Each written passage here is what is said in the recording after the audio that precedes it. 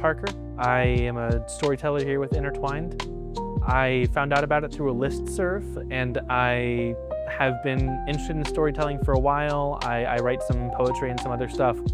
I wanted the opportunity to practice and get better at talking in front of groups and public speaking and that whole thing. It's been a very interesting experience, a lot of skills that I've never had to build before that I've been working on. I'm very happy with it so far. My early life had a catchphrase. I would hear it when I won the spelling bee. I would hear it when I convinced the school to let a 13-year-old take an AP course. I would hear it when I got a higher score than any of the students I took it with. Every time, it was phrased the same. After the parent-teacher conference or on the way home from the spelling bee, my dad would pull me to the side. "Remember, kid," he would say, "you're a big fish in a small pond. You might be the smartest kid you know, but you don't know that many kids yet." It was a refrain I would take to heart, eventually. I approached my high school years with an eye toward the big leagues. AP courses, dual enrollment, extracurriculars, the whole 9 yards. I put together an ambitious list of college applications, and I convinced my parents to take the family out east so I could tour some campuses. We perused ponds in Providence, in Princeton, in Pennsylvania, until the ivory towers began to blend together. In between two of those stops, my dad took the family out to the far end of Long Island. He had family from the region, and they'd been buried in this one particular graveyard for centuries. As I walked through those rows, I looked at the lichen-covered names before me. There were generations here of Hildreths and Hallecks, of Prices and Parkers. Parker, as it happens, was given to me as a middle name, Ethan Parker Price. But it struck me on that day that I could go by Parker instead, if I wanted. I wouldn't have been the first. I walked by names like F. Robert Hildreth and J. Howard Halleck. What would that make me? E. Parker Price? I like the sound of that.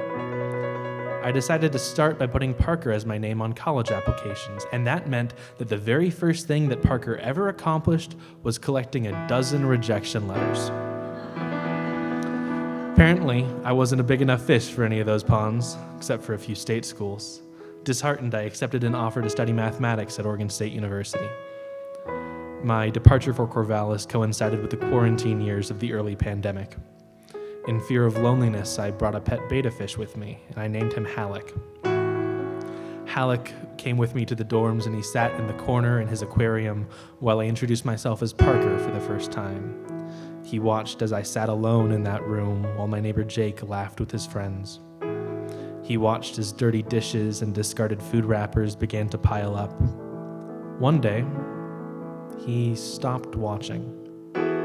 It was a week before I noticed, and another week after that before I finally discarded the corpse and cleaned out the tank. During those months, a wall was erected through the middle of my identity. Ethan, as the kid I had been in high school and before, grew to be distinct from Parker, the man I had become. Ethan would call his parents and tell them everything was going fine. Parker never talked about his classes. Ethan had never touched the bottle, but Parker went to Jake's room to drink and forget. Ethan should have been thriving, finally in a pond large enough to stretch his fins. But Parker found he couldn't swim. Eventually, the waters rose too high. The increasing difficulty of coursework, compounded by the isolation and unmedicated symptoms, grew to be too much. I was failing every class I was taking, and I didn't have enough time left in the term to turn them all around. With a heavy heart, I was forced to withdraw my enrollment. I couldn't handle being alone anymore. I went to Jake's room to cry.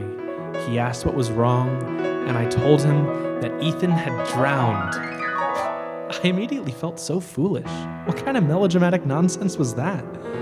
Did I think I was better than a dropout? Ethan should have been, but maybe I was right. Maybe Ethan really wasn't there anymore. I was just Parker by the time I made it back to my hometown. I got a job working in a kitchen in a summer camp, and I did some filing work during the off-season. I had plenty of time to think. Who is Parker? People had expected so much from Ethan, but the weight of those expectations had crushed him.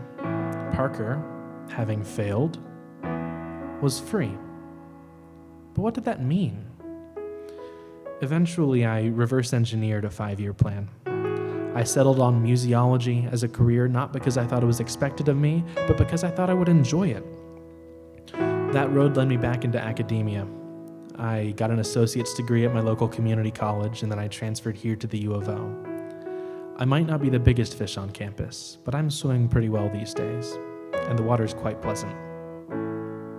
I'm happy with that. Thank you.